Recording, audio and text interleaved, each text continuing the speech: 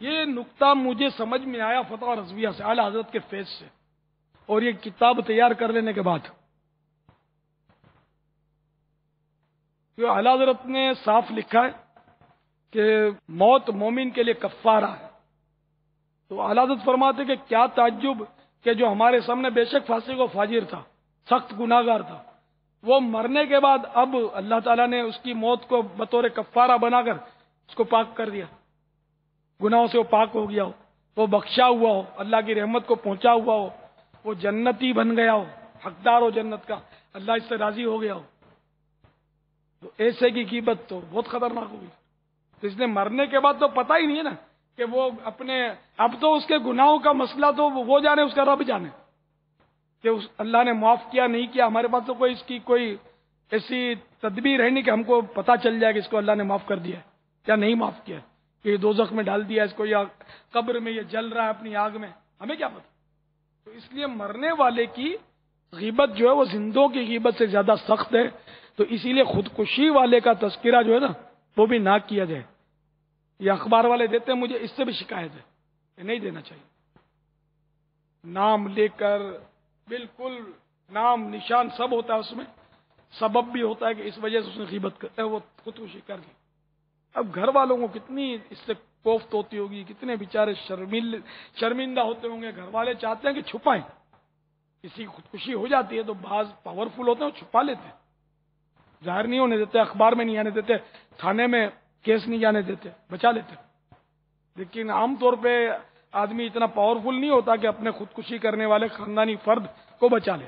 اب جو بچاتا ہے اس کی نیت خدا جانے کیا ہوتی ہوگی، بظاہر یہ ہوتی ہے کہ اپنا خاندان بدنام نہ ہو، بدنامی بہت ہوتی ہے نا خاندان کی، تو خودکشی کر لے کسی کی بیٹی، چاہے وہ بیٹی کسی وجہ سے بھی خودکشی کی ہو، اس نے کسی بیماری سے تنگ آ کر ہی کی ہو، لیکن لوگوں نے اس پہ الزام رکھنا ہے، گندے الزام رکھنے کہ اس وجہ سے اس نے خودکشی کر دی، نعوذ باللہ۔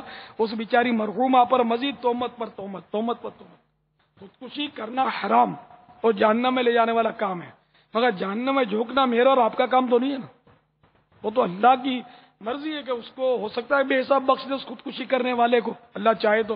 اللہ تعالیٰ پر کوئی ہماری معاذ اللہ تھوڑی دادا گیری ہے یار، ہم تو اس کے لیے رحمت کی دعا کریں۔ خودکشی والے پر تو جنازے کی نماز بھی پڑھنی فرض ہے، تو اس کی پڑھنی ویسے ہی فرض ہے جیسے دوسرے پر معاف کرنا چاہیے، یہ نہیں کہ نماز جنازہ نہ پڑھی جائے، کیا غلط ہے اس نے، گناہ گار، جہنم کا حقدار ٹھہرا وہ اس فعل کی وجہ سے۔ لیکن میرے اور آپ کے لیے کب جائز ہو گیا کہ اس کی خودکشی کا ڈنکا بجائیں، اس بیچارے کی غیبت کریں اور اس کے خاندان والوں کو رسوا اور ذلیل کریں، ہم سب کو بولتے پھریں کہ او فلاں نے خودکشی کے لیے، وہ نہیں وہ اس کا بیٹا، پھر قیاس آ رہی کہ اس کا باپ اس کو تنگ بہت کرتا تھا، اس کی مرضی کی شادی نہیں کرنے دی بیچارے کو، بیچارہ حالانکہ بہت خدمت کرتا تھا، یہ کرتا تھا، اس کا باپ یار بڑا سنگ دل ہے یار، بیٹے کو اس نے ضائع کر دیا، ایسا جوان کڑیل جوان تھا، بیچارے کو نے مجبور کر دیا خودکشی پر۔ اس کی ماں بھی بہت چڑچڑی تھی، تو ہر وقت بیچارے کو ڈانٹتی رہتی تھی، دے غیبتیں، دے تہمتیں، دے غیبتیں، شروع دھڑا دھڑ، ایک خودکشی ہوئی تو کیا کیا الزامات اس کے خاندان پر۔ تو یہ ہم لوگ بہت برے لوگ ہیں، بہت برے بندے ہو گئے، ہم اتنی برائیاں کرتے ہیں، اتنی غیبتیں کرتے ہیں کہ بس شیطان بھی مطلب شاید مطمئن ہو جاتا ہوگا، بس ٹھیک ہے یہ اپنے پکے دوست ہیں، جہنم میں ساتھ چلیں گے، معاذ اللہ۔ اتنی غیبت ہے، یہ تو میں یہاں بول رہا ہوں، اس ماحول میں بھی ہو جاتی ہیں غیبتیں، تو یار ماحول جہاں نہیں ہے، عوام بیچارے ان کو پتہ ہی کچھ نہیں ہے، ذرا کسی کی دکان پہ جاؤ تو غیبت، کسی کے کارخانے پہ جاؤ تو غیبت، کسی کے آفس پہ جاؤ تو غیبت، کسی سے ملنے جاؤ تو غیبت، کسی کو فون کرو تو غیبت، کسی کا فون اٹینڈ کرو تو غیبت، غیبت غیبت غیبت، بالکل یعنی کہ نس نس میں اتر گئی ہے، اتنی غیبت، پتہ نہیں چلتا کہ غیبت ہو رہی ہے بڑی خطرناک، واللہ بہت خطرناک ہے۔ توبہ کر لے تب بھی آخر میں جنت میں جائے گا۔ اب یار دیکھو نا، تو غیبتیں کر کے پھنس تو گئے نا یار، توبہ کر لی تب بھی اب وہ چیز نہیں رہی، نہیں کہ جیسے اس کو یوں سمجھو کہ ایک کپڑا ہے جو نیا ہے، برانڈ نیو جس کو بولتے ہیں نا، نیا کپڑا، اور ایک دوسرا کپڑا وہ بالکل نیا ہی ہے لیکن ایک بار دھل گیا ہے۔ اب بتاؤ کہ ان دونوں میں ویلیو کس کی زیادہ؟ ایک بار دھل گیا اس کی ویلیو زیادہ ہے نا، ایک بار دھل گیا ہے، نئے کی زیادہ؟ ماشاء اللہ، ذرا نئے کی ویلیو زیادہ، بھلے دونوں ایک طرح کے نظر آ رہے ہیں کہ نئے کی ویلیو زیادہ ہے. تو غیبت کری کائے کو، داغ لگ گیا.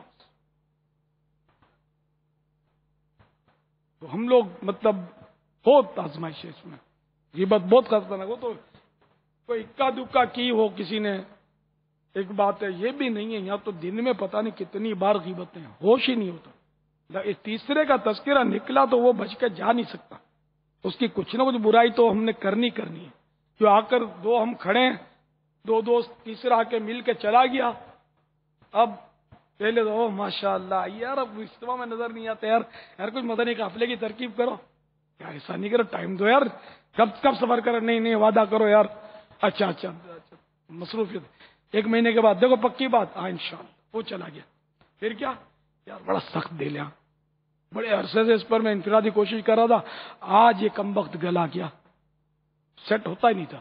اب بھی دیکھو مجھے امید نہیں ہے کہ یار یہ سفر کرے گا، میں جانتا ہوں بہت سخت دل ہے، اور تھوڑا گولی باز بھی ہے.